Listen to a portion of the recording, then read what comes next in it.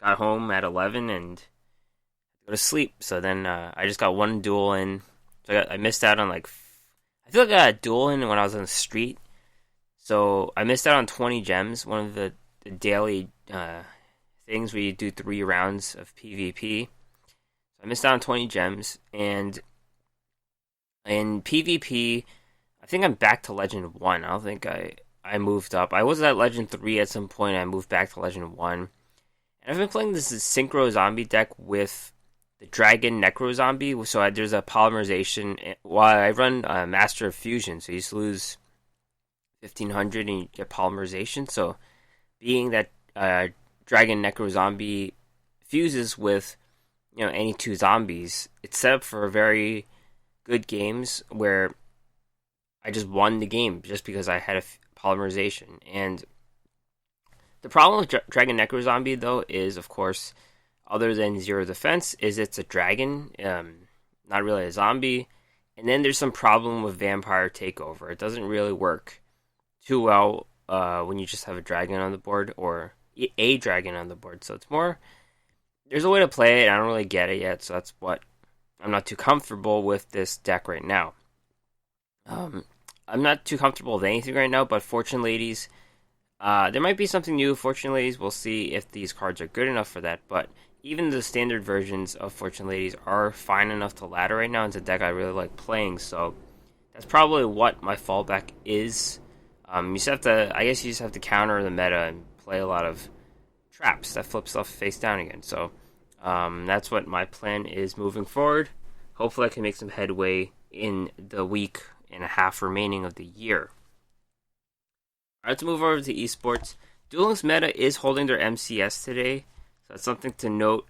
That'll be MCS 25. So we'll see what cool decks come out from that next week. But Meta Weekly 103, this is the first arrival of Shiranui. Well, the first time they come in big numbers. They're the most represented deck, but then they were second in the top 32. Element Saber are still the top dog. Black Wings, Dark Lords, Cristrons, Ritual Beasts are all still very, very good decks. First place Citro, Element Saber, Invoked deck. Not much has changed here, but there is the main tech right now. The main tech is to fill your decks with Floodgates and Paleozoic Canadias. So this deck has 3 Floodgates, 3 Paleozoic Canadias. Otherwise, very normal Element Saber deck. You got 3 Alistair, 3 Malehu, 1 Maho, a Malo, 3 Cosmic Cyclone, 1 Invocation, and 3 of the Field Spell. And it's notable that while there are those 3 Floodgates and 3 Paleozoic Canadias, this being a tournament format, they get to side cards out. Wall of D, there's 3 Wall of Ds. That is for Black Wings, because they flood the board with 3 usually. And then there's 3 cashback. I think cashbacks against Black Wings and Dark Lords. Dark Lords, yeah. They pay life points to do stuff. Second place, Trap Dexter, Sealed Tombs, Black Wings. So, Black Wings were hit with a nerf, sort of, when Rakiri was put on semi-limited. And Rakiri is a card you have to have at least one of. So, the removal of semi-limited, really good semi-limited cards, like Treacherous or Hey Trunade, has prompted a change. And Black Wings are turning to cards like Blackbird Close, which is their special counter trap, that just works against effects. So, it's like Divine Wrath, or it's actually more like Rebirth of Parshaft. That's probably the most close card it is, like, because it gets a monster out of the extra deck. It doesn't need the counter trap in hand, but you have to have a Black Wing on the board to activate the trap card. So there's a different condition, but it's very similar to Rebirth of Parshaft, which is a pretty good card. And Brandon MGK, Sealed Tombs Shiranui. So this is the first placement of a Shiranui deck that I can see. Very clean deck. 3 Solitaire, 3 Squire, 3 Spectral Sword, 2 Cosmic Cyclone, 3 Floodgate, 3 Paleozoic, 1 Shadow Mirror, and 2 Treacherous Trap Hole. And then the extra deck, you have 2 Sun Saga, 2 Shogun Saga, and 2 Samurai Saga. So it's all even leveled monsters. with the synchro deck and in the board itself. They don't have the 7 and the 3, so none of that to mess around with. Right, so you see the 3 Floodgates and the 3 Paleozoics, and then in the sideboard there's a lot of text. So there's 2 Poisonous Winds, that's against Ritual Beasts, 2 Wall of D, that's against Blackwings, and 2 non-fusion areas against Invoked. And third place, Tom V. Delzin, Sealed Tombs, Black Wings. This one only has 1 Rakiri, so then they did the split semi-limited card being Hey Trunade. It's pretty much a game ender when you do draw it though, so it's good to have 1 copy. People get frustrated about the card, but it's on the semi-limited list, so I guess it's fair now. Okay, let's talk about another tournament, Battle Phase 28. Shiranui heavily represented here as well, but they did not place in the top. They did place in the top 4. 1 deck in the top 4. First place is Gift with Compensation Dark Lords. Not much different here. This deck could really play you out forever being Compensation to get the life points back. And this is a reappearance of a toolbox deck. You've got one Desire, 1 Superbia, 1 Morningstar, 1 Tetzalapaka, 1 Amdusk. Ukoback is not really a toolbox card, but there's not really anything different about this. 3 Cosmic Cyclone, nothing really different. Second place, Nexio, Sealed Tombs, Black Wings. This version of Black Wings runs Offerings to the Doomed. We just talked about the other ones running Blackbird Close instead. This also does the semi-limit split. This has 1 Raikiri and 1 Treacherous Trap Hole. This is a very aggressive deck. 3 Offerings to the Doomed and a Treacherous Trap Hole. That's a lot of removal right there. Third place, Oh Jaime, 1337. Compensation Dark Lords again. Similar to the first deck, less toolboxy. Well, there's still a toolbox component to it. This does run 2 Amdusk, so Amdusk is a card that really does run games out. It's got lower stats, but it's got really high defense, so it stays on the board and really runs games out. Finally, Luke Tyler, third place, Sealed Tombs. Shiranui, this one is a bit more variegated than the other deck. This has 1 Solitaire, 3 Squire, 2 Spirit Master, 1 Spectral Sword Shade, 1 Spectral Sword, 3 Gold Sarcophagus, 1 Econ, 1 World Legacy Clash, 2 Paleozoic, 3 Floodgate, 1 Shadow Imprisoning Mirror. This also has some of the odd components to the Synchro deck. 2 Squire Saga, 1 Sun Saga, 1 Shogun Saga, 1 Samurai Saga, and an Archfiend Zombie Skull for some reason. Well, zombies can't be destroyed by card effects. That's why it's there. So, Solitaire is pretty much the best card, but this one found a way to run fewer of them. I guess it wants to make use of Spirit Master ability instead of Solitaire. Solitaire could be the best card, but the best deck doesn't have to run the best card, but it does run 3 Gold Sarcophagus, which is a card that people identified early with being really good in Shiranui decks. Okay, so that's it for the tournaments for now. Duel Links Meta tier list update. Not much of a change at all, really. Element Sabers are still in the top tier. We have Black Wings and Dark Lords in tier 2. Cristrons and Ritual Beasts tier 3. Shiranui have finally been put on the high potential. I do expect them to place. We'll see with MCS where they stand, but they are putting in levels in the top tier. Maybe tier 3. It could be tier 2. I don't see them being the best for some reason. There's just something about it, but we'll see where they stand. And Kawaki Meru have been removed. I guess they've tested it enough, and it cannot cut it right now, which is fine because the semi-limit. The put back on the unnerf slot thing isn't meant to promote a deck right away, right? It's just supposed to bring it back to a slightly better level, but not really a level that dominates all the new cards, right? it's time to talk about the roaming duelists in the game. I'm going to first talk about Carmine because it's more important for ranked duels and something I'm personally more excited to talk about than Blair Flannigan. So let's talk about Carmine. This is the acquisition event, the second acquisition event for her. And the base set of cards you get for Fortune Ladies is pretty good. You can't really play the deck without buying through a box, so they start you off with some of her cards, but if you can't get the synchros going, what's the point, right? So there's some box you have to buy for Fortune Lady Past, Fortune Lady Every, and Fortune Lady Calling, and those are really her core cards to get synchro plays going, so you can't really play her without it, but if you just want to collect the cards, then do get her, and of course you have to get it's best practice to get every character, just so you get all the rewards and stuff. So, anyways, she is back. There are, two new cards in the pool, where the reward pool and also the farm pool. There is a hidden card from the trader, and also, so from the trader you get one copy of this card, and then you also get some other copies from Turbo Duels, which just arrived this morning. So this is something Konami has been doing.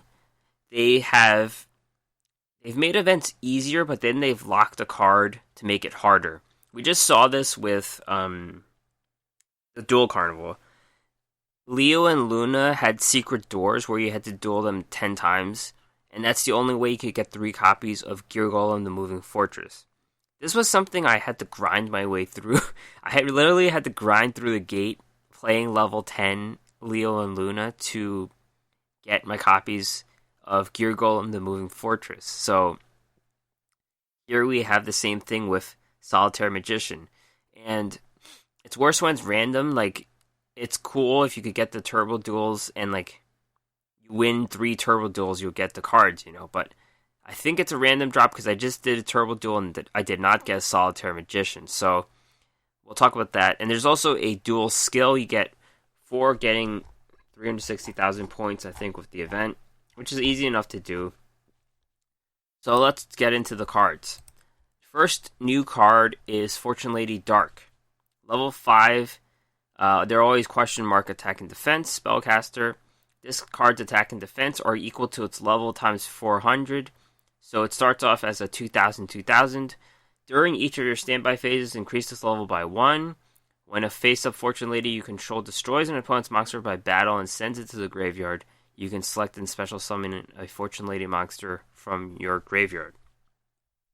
So, anyone who has played Fortune Ladies knows there's a problem. You don't run a ton of monsters in the deck. So, what that means is your monster should be normal summoned. Fortune Lady Dark is a level 5, and if you have too many copies of a level 5 in a deck with very few monsters, you brick a lot. So that's going to be the main problem with Fortune Lady Dark. Fortunately, Earth is a level 6 that's been around, and no one has ever played this card because of the bricking issue. And frankly, the 6 stars is a little clunky for synchro summoning. I mean, sometimes you could just play Past, and then you Fortune Lady Calling into Earth, and that's 7, and that's perfect. But the 6 stars is a bit clunky, and you'll see the same situation with Dark. Dark is a little better. The stars fit more into the range you want it to. This card's ability, though, primarily works for Fortune Lady Water. That's really the combo card that everyone likes. So you destroy something, and then you get water during the battle phase, you draw 2. That's basically the whole play.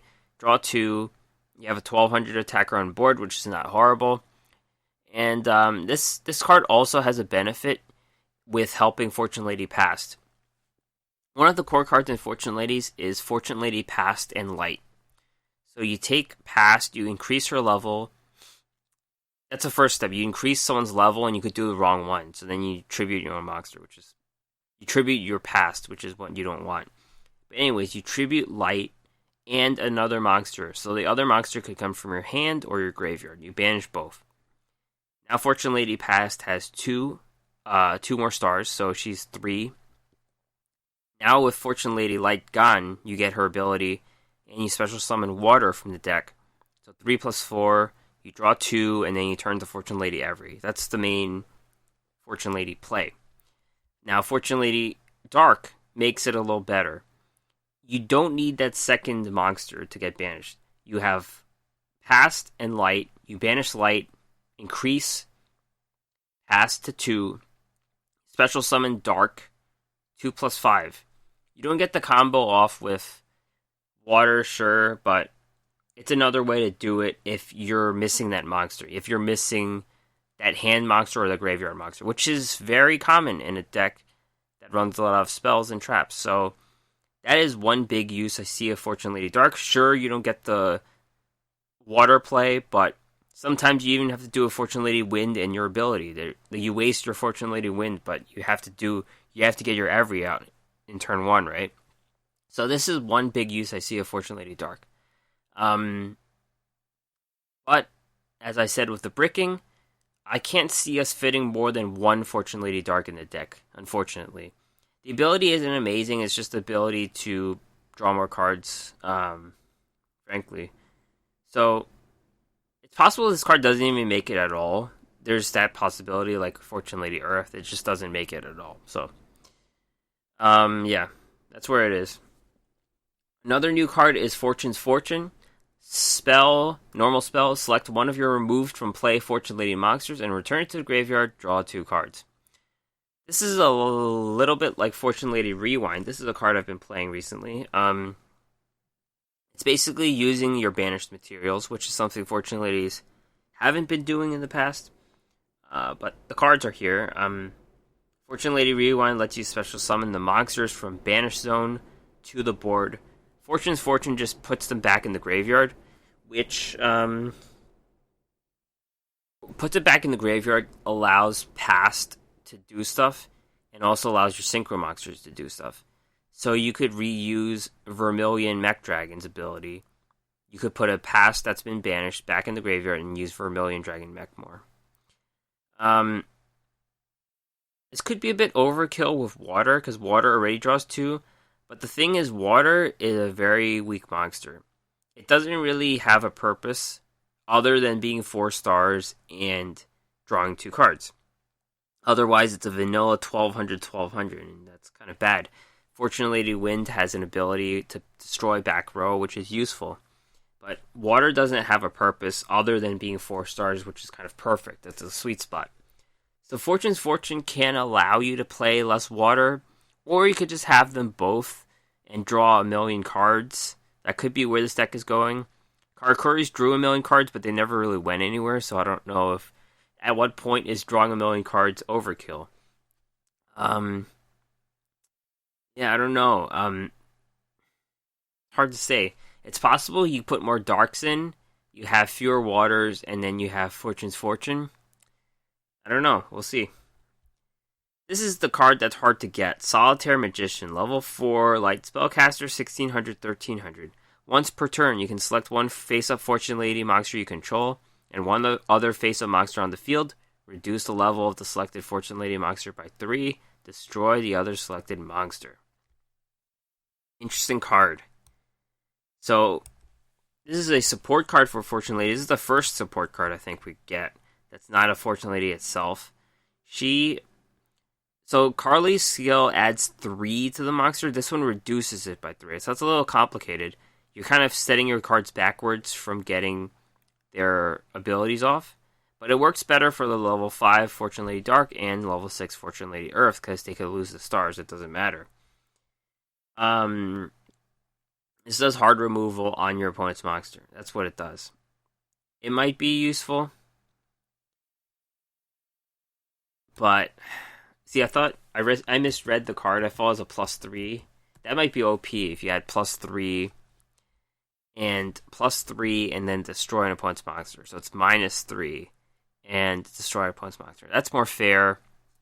I don't know if it's going to see play anymore. Like, if it's a +3 and destroy, for sure I'll see play. -3. If you're talking about Fortune Lady Every, you're losing losing 1200 attack and defense. That's quite a bit. I mean, I guess the purpose of this card is to use it with Fortune Lady Every, because she could lose it, and Fortune Lady Every gets destroyed, and she comes back the next turn, so it doesn't matter. I guess that's the only monster you could really use it on. Unless Fortune Lady Dark starts showing up everywhere, and then you could use it with her, too. This is a card you have to get from the trader for sure, and then you get it from the Turbo Duels as well. So, more importantly, other than these cards are overall, you could do without these cards, I think. They gave us Carmine with Fortune Ladies.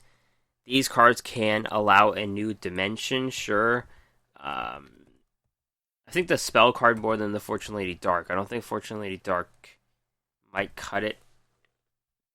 But the spell card may be useful. Solitary Magician may be useful as hard removal. But this skill might be the thing to talk about. The skill is called Future Visions. And you lose 1500 to activate it. And basically, you get a field spell only if your deck has 5 or more Fortune Lady monsters with different names. So the field spell is called Future Visions.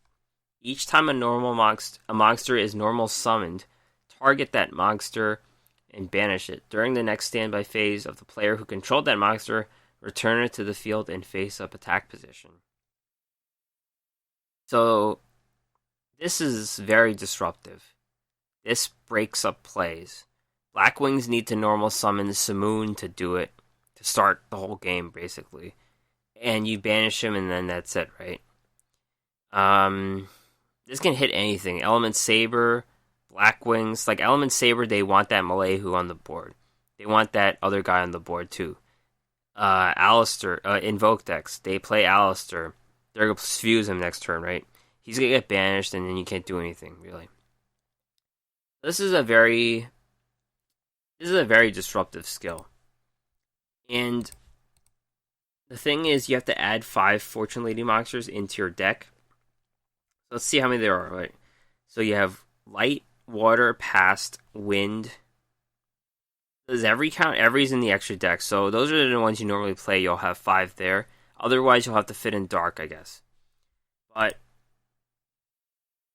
that prevents the deck from being played with every deck, because you don't want just 5 random Fortune Ladies in your deck, and you're playing Black Wings or something. But I could see it in like a Spellcaster deck, where you just have Silent Magicians around, and you can make something to use with your Fortune Ladies. But yeah, this is best with a Fortune Lady deck, where there's a lot of synergy with the cards. They're not just 5 random Fortune Ladies running around in the deck, so there's more use there. This skill requires a 1500 loss, so you could do a few things a few times, but you could also use Herald of the Abyss and lose 1500 right there. Maybe Mirror Wall is the better solution, I'm not sure, but yeah. And also this makes Carly a better duelist. You don't know if you're playing a Carmine deck, you don't know if she's playing Future Visions or Time Passage, because every Carly deck was playing Time Passage pretty much. So this adds a trickery level, sort of. You don't know what they're playing. Overall, this is the biggest thing, I think. This skill, I don't know if it's probably not better than Future Time Passage, but this disruption ability could make it sneaky good in tournament setting. Like I said, Duel Links Meta Championship Series is happening today, so it's possible someone leveled them up and they have this Future Vision skill. It could be pretty disruptive. Move on to the next roaming duelist, who has been around a bit longer, and that is Blair Flannigan. She's the GX character who showed up Season 3 when all that chaos was happening. I'm not sure if she got taken over by yugioh or not, but she becomes a main character in Season 4, I think. They get involved in some tag duels. That's all I know. But anyway, she's in love with Jaden, and all her cards are love-themed. I think there's one card here that is good, and I actually saw it in PvP yesterday, but it didn't work because I beat the Duelist. But some of them are enough theme, some of them most of them are in a group. We'll say why the group doesn't really work. There's two other cards that are from other groups. We'll talk about these cards. Some repeated cards, too. The core card is Maiden in Love. Level 2, Light Spellcaster, 400, 300. This attack position card cannot be destroyed by battle. After damage calculation, if this card is attacked, place one Maiden counter on the monster that attacked this card. So this card just stays on the board. You take damage, you get hit, and then your opponent's monster gets a counter. We'll talk about why this is bad, but it's a stall card in general. It's a stall card. You're taking hits. I mean, you're not getting hit directly, but you're getting hit minus 400, which is just as bad as getting hit directly, frankly. But I guess the difference is what back row you use. So a card like this, you would think, Drowning Mirror Force is not my choice. I guess that Banished Dimension Prison could work. Super Rush Headlong could work. So those are cards that do work when you have a monster on the board. Mirror Wall wouldn't be a good card with this because if you have them, they probably can hit over 400. So, well, you could keep them in the game because you do want them to hit you, and you do survive. So, you know what? Mirror Wall is better than Super Rush Headlong here because you want that counter on the card. Scratch my thoughts. But this is the card that works for this archetype. Here's another card that is pretty much the hindrance. Cupid's Kiss, Equip Spell. At the end of the damage step, if the equipped monster you control attacked an opponent's monster with a maiden counter, and you took battle damage, take control of that monster. So what it is you put this Equip Spell on your opponent's monster, you want them to hit the Maiden in Love, and then you steal it. Hopefully take fewer damage, so maybe that Mirror Wall comes into play there. Yeah, the problem with this is it's being an equip spell, right? It's not a trap or anything, so that's the problem here. Let's talk about the other card that does work with it, I guess. It's a rare Defense Maiden, Continuous Trap. When an opponent's monster declares an attack on a monster you control, you can target Maiden in Love you control, switch the attack to that target. So this is a 3-card combo. You have Maiden in Love, you put an equip spell on your opponent's monster, they try to hit some other monster you have, you activate Defense Maiden, and you switch that attack choice to Maiden in Love instead, and then that makes them steal the monster. The problem with this is it's a 3-card combo. It seems very inconsistent if you want to pull this off.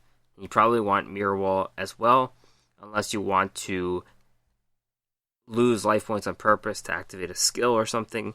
But right now, this is just the 3-card combo to steal monsters.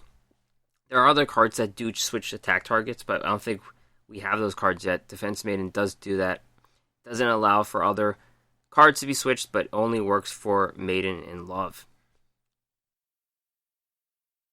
Here's another card that kind of fits with the theme. Happy Marriage, Equip Spell. The equipped monster gains attack equal to the combined original attack of all monsters you control that are owned by your opponent. So this gives the monster a really big buff. It's around because Concentrating Current and World Legacy Clash are gone. Semi-limited. Econ Take is the easiest play to do this. You steal a monster, and then you put it on something else. Then they get a huge buff. This is supposed to work with this group, with Cupid's Kiss, Maiden in Love, and Defense Maiden.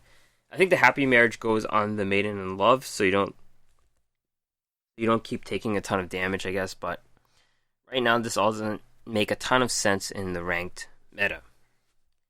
Here's the card that did see some play. I saw it yesterday. Herald of Green Light, level 2 fairy, 300, 500. During either player's turn, when your opponent activates a spell card, you can send this card and one other fairy monster from your hand to the graveyard, negate the activation. If you do, destroy it. So it's a 2-for-1, which means you pay 2 to counter 1 card, and that's always bad, unless there are dire situations where you really want to discard a card. And right here, this card has many advantages during either player's turn. So we have a lot of big play spells, right? with Invocation. We have Banishment of the Dark Lords, Black Whirlwind, Fortune Lady Calling, Gladiators. I don't know the Spirit Beast one. I don't remember what it's called, but there are a lot of cards, big spells that we did see a meta where we were running things like Cursed Seal of the Forbidden Spell. So this works during your opponent's turn, or it could work to counter their defense. They could play Econ, and this could counter Econ during your turn. So this has a lot of advantages. And where's the fit, right? This 2-for-1, when is it a good deal? You can see it right there. One other fairy monster. This is really good in Dark Lords. Dark Lords really like having monsters in the graveyard, so that's the one conceivable fit. That is the one where I saw it in last night. But the problem, of course, is how do you fit it in, right? Dark Lords do operate out of a toolbox, so they could conceivably fit this. I think this could be something for Dark Lords to prevent, their opponent's spells effects disrupts them, and then they could go on offense the next turn and win the duel, right? So I think this would see play in Dark Lords. Last new card is Genis Lightsworn Mender, level 4 light spellcaster, 300-2100. During the end phase, if a card was sent from your deck to the graveyard by the effect of a Lightsworn card, inflict 500 damage to your opponent. If you do, gain 500. So this is a burn and heal card. It's kind of like Goblin Thief, except it could work every turn. Basically, you have to have this card on the board, and you have to mill your own deck with Lightsworns, and then you burn them and heal. So this is decent, except you're milling your own deck out, and you can't have too many Lightsworns on the board, so you have to hold the board without losing your whole deck. Unless you have a chance of recycling the cards, putting them back in your deck, then we might have a shot. I think Maldoche does that really well, so there could be something with Maldoche and Lightsworn. You have fewer Lightsworn, maybe Lila on the board, and then you mill some of the deck, and then use the Maldoche monsters to send them back. That could be something, but it's a really slow card meant for this burn stall strategy. Alright, so that is it for the two main duelists in the game right now. Let's move on to Doug's casual deck of the week. He has a Tomato Barrel Dragon deck.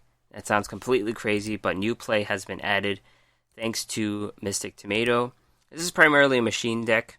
Some Jinzo cards, so some Psychics, but this also involves a lot of the coin flipping cards with Blast Spider and Barrel Dragon.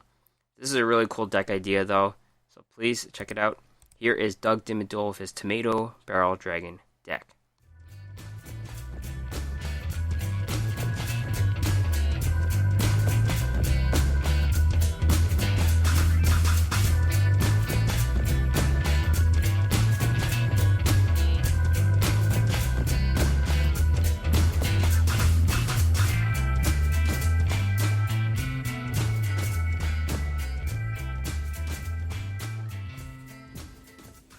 Hey there, this is Doug Dimmadole with Doug's Casual Deck of the Week. This week, I know I was talking about teasing something with Mystic Tomato, so I'm going to follow through on my promise, and we're going to talk about a Mystic Tomato deck that revolves around an old friend of ours, Desperado Barrel Dragon. Oh yeah, you see, using Mystic Tomato, this opens up a whole plethora of plays to a Desperado Barrel Dragon deck that just when you thought it was dead, it can make a slight resurgence. So what makes Mystic Tomato so great? Well, it's a level 4 plant, 1400 attack, 1100 defense. When this card is destroyed by battle and sent to the graveyard, you can special summon one dark monster with 1500 or less attack from your deck in face-up attack position.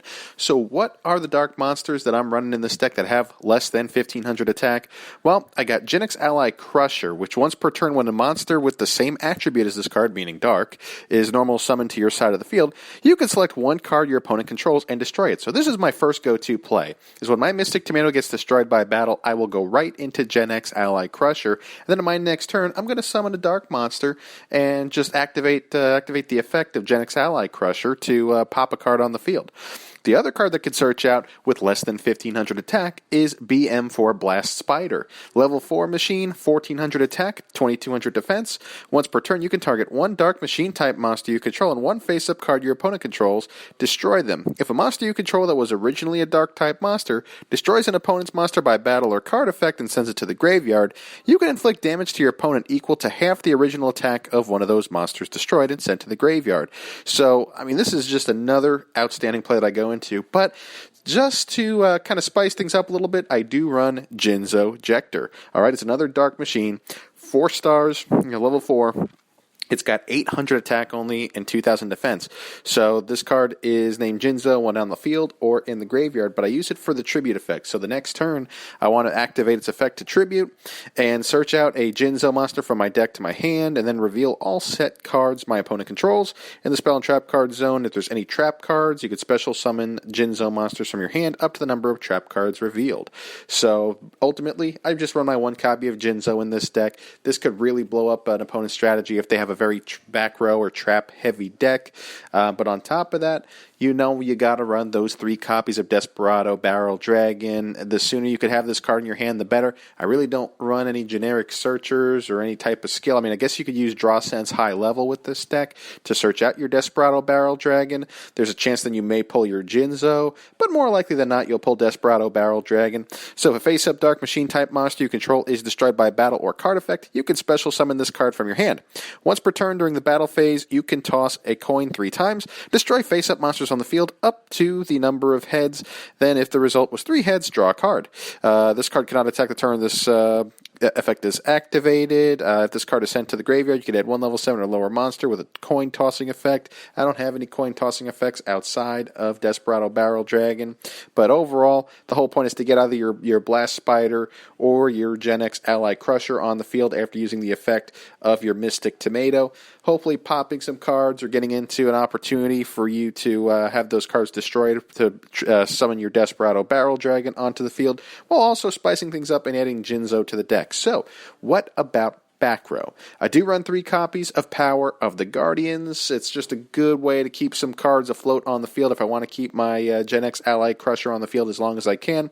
I may want to equip a Power of the Guardians to it. Ideally, you'd want to equip that to your Desperado Barrel Dragon or your Jinzo in case your opponent's trying to pop your cards. Remember, anytime this card attacks or is attacked, you add 1 spell counter onto the card, increasing the monster who's equipped to the card by 500 attack. You could remove a spell counter if the monster is either going to be destroyed by battle or card effect. So, again, just one of the best equipped cards in the game. You guys still know it. You probably see it all the time. It probably frustrates the heck out of you.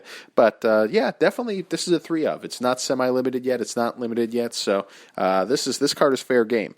And then the 3 additional slots, I run just 3 copies of Floodgate Trap Hole, given the current meta, where it seems like a lot of face-up effects need to occur in order for people to get their combos going. So, if I could just flip a monster face down and stall some time, maybe get my Mystic Tomato out, or maybe get into one of my Gen X Ally Crusher plays. That's ultimately what I'm trying to do, is stall out as long as I can in order to ultimately get my Desperado Barrel Dragon play back into action, or maybe get a Jinzo on the field, maybe a little bit of both. So that's really, it's a very simple strategy, but I would recommend this deck using the Draw Sense High Level, since most of the cards are level 4. The only monsters that are more than 4 are going to be your Desperado Barrel Dragon. If you want to guarantee drawing into that Desperado Barrel Dragon, I would recommend removing Jinzo and Jinzo Jector from your deck. That way, replace it with maybe 2 more back row cards or another Dark Machine. That way, you're going to be guaranteed a draw into Desperado Barrel Dragon. And I guess the best way to activate that effect is to use maybe some Cosmic Cyclones or something along those lines. So you may want to switch a few back row cards out. But honestly, for PvP and for casual play, this deck is just a little bit more consistent. Mystic Tomato makes this a lot of fun, and I think this is going to open up a lot of opportunities for some new deck building. So anyway, that's it for my casual deck of the week. I will see you next time. Take care.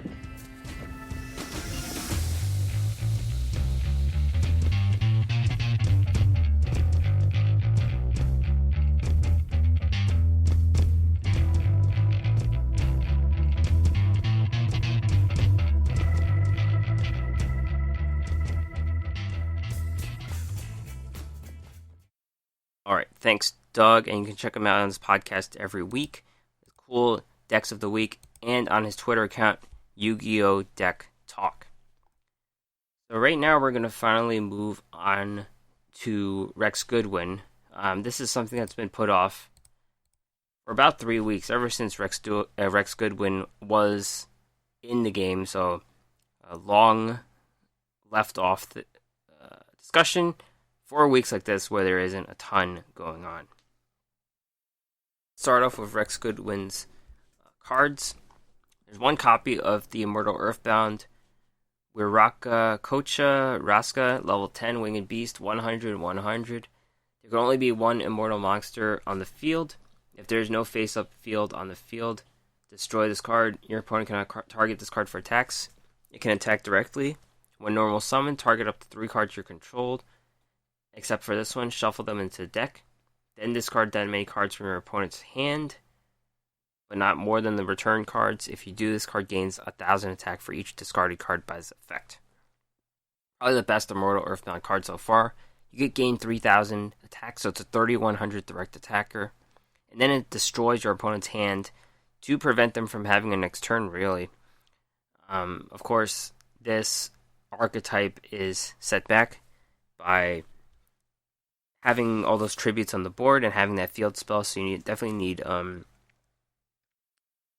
Mausoleum of the Emperor. And of course, this is just a one-of, so you're not going to run 3 copies of this card and maximize the chances of it being in your hand. So all those things work against it, but it could be a fun card. It's a card you use every so often to get gems from the mission event, so there it is. Level up rewards, most of them you get 3 copies of, like Weeping Idol, level 2 Dark Rock, 0 attack, 500 defense. Remove from play 1 tuner monster from your graveyard to special summon this card from your hand. The free ramp. I don't know, it's like there are a lot of cards like this sort of already. Like this is after you've done a synchro play, of course, so it's whether your deck has use in ramping up with 2 stars for another synchro play, I don't know. Some decks like using the tuners in the graveyard, like Vermilion Dragon Mech, so this kind of is anti-synergy against that. But if it's a deck that reuses cards, like we had some of the Fortune Lady cards where you could just send cards back and draw more, this could be useful there. Right now I don't see a fit with it, but it is a free ramp card if you ever need that ability. 3 copies of Wicked Acolyte Shalam Sabak, level 8 Reptile, 2500 attack, 0 defense. If you have 5 or more cards in your hand, you can normal summon this card without tributing. When this card is destroyed by battle and sent to the graveyard, you can special summon this card in defense mode. Then it's treated as a tuner. You can use this effect once per turn. So this is a free monster, maybe with dual standby, but dual standby got nerfed. So, really what this was just a beater at 2500. Right now that's kind of not very useful because you could synchro summon right away. You could Neos Fusion right away and stronger than this card, so not a very useful card at all. 3 copies of Earthbound Linewalker, level 4 Fiend, 1200 attack, 1900 defense. Earthbound Immortal monsters cannot be destroyed by their own effects. Pretty useful for Earthbound Immortals if you're playing them. You don't need the field spell, but you probably would like Mausoleum of the Emperor to ramp out the card. It's another body on the board you can't tribute, but it is useful if you don't want to be held back by playing the field spell, so it's not a useless card at all. You have 3 copies of Earthbound Whirlwind, normal spell. If you control an Earthbound Immortal monster, destroy all spells and traps your opponent controls. Very useful. Of course, this card has to be included if you are playing the Immortal Earthbounds at all. It's very good. It's a normal spell, which is what slows it down, of course. It's not a quick play or anything. So, pretty good. It's automatic against battle phase traps. Of course, your opponent can quick play to chain it. You take a trap card to chain it. But also destroys their field spells, so very solid card. And we only get 1 copy of this card. It's a trap card called Offering to the Immortals. When your opponent's monster declares a direct attack while you have 3,000 or less life points, negate the attack. If you do, special summon 2 ceremonial tokens. And if you do that, add an Immortal Earthbound card, Earthbound Revival, or Roar of the Earthbound from your deck to your hand. Ceremonial tokens cannot be tributed except for the tribute summon of a Earthbound Immortal monster. It's going to make the whole thing work, actually. You take a hit, you get 2 tokens, and then you tutor the Immortal Earthbound, and you get it out. If you had 3 copies of this card, they could get kind of busted. So, yeah, you just have to have that field spell on the board or the Line Walker. So, there's a way to cheat out Line Walker as a special summon. That would be pretty cool. And then you activate this card and you'll be pretty golden. So, those are the cards you get from Rex Goodwin. Let's talk about his duel skills. Draw Sense, Earthbound Immortal. Can be used each time your life points decrease by 1,000. During your draw phase, draw an Earthbound Immortal monster instead of your regular draw. So, this is the best skill that they have, the archetype has going for it. Best chance at getting competitive play. You could draw with 1,000 life point loss, get a field spell, tribute summon the monsters that are for you. So, works with Cosmic Cyclone, of course. This is pretty much a companion to the trap card that we just talked about, so they both tutor the card. Only 1 copy of that trap card, so yeah. I guess you could activate both of these at the same time. You can activate the trap and also the dual skill for next turn. The Ant and the Fiend is a level 20. Can be used if you control Oracle of the Sun. Activate either of these effects. Send Fiery Ant Ascator to the graveyard, play Supay from your deck. Send Supay to the graveyard, play Fiery Ant Ascator from the deck. So this lets you choose which tutor you want to use. So you can make the Sun Dragon or the Moon Dragon. It's a situational effect though, because you need at least 2 monsters on the board for this to work at all. You definitely need the Oracle of the Sun. So it's possible to destroy Oracle of the Sun. This doesn't work at all. So it's situational if you are just specifically doing something with those dual Sun and Moon dragons. Sun and Moon, speaking of that, is the next skill. Choose one of the effects. Send a Sun Dragon Ante to the graveyard. Play Moon Dragon Quilla from the graveyard. Send Moon Dragon Quilla from the graveyard. Play Sun Dragon Inti from the graveyard. So you get to switch which Synchro Monster you're playing. This lets you expedite the swap, and you kind of do the burn ability with Sun Dragon. And the monster doesn't have to be destroyed by battle. So it's kind of, same thing where it's super situational. You're just playing that Sun and Moon deck. Dual Divinity can be used if you have Sun Dragon Inti and Moon Dragon Quilla in your graveyard. This turn you can normal summon Earthbound Immortal Urakaka Raska without tributing.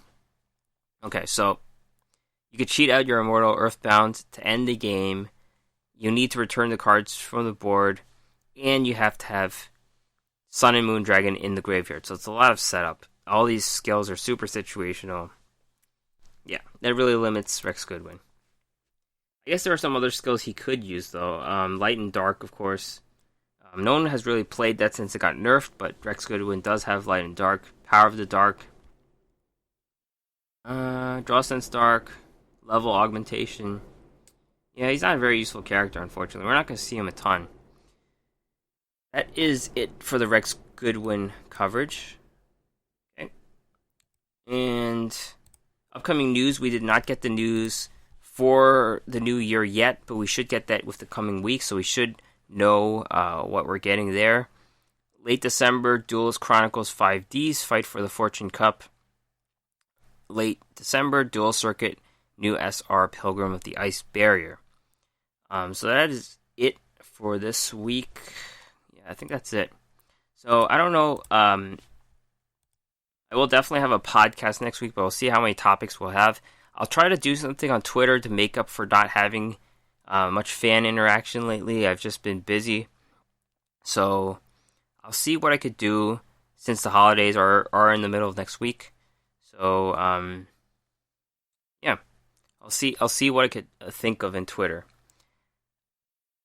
That is it for the podcast. You can listen and subscribe anywhere. Check out this podcast and more at the website. All these notes are on the duelassessment.wordpress.com. For the podcast, just search the Duel Assessment. Yu-Gi-Oh! Duel links, you'll probably find it. Email duelassessment@gmail.com, or you can find me on Twitter, duel_assessment, me at Green Ranger CCG. So that is it. Happy dueling. Happy holidays. Happy Christmas. Merry Christmas. Sorry. Happy Hanukkah. Happy Kwanzaa. All the holidays and more. And yeah, we'll speak next time. See you then.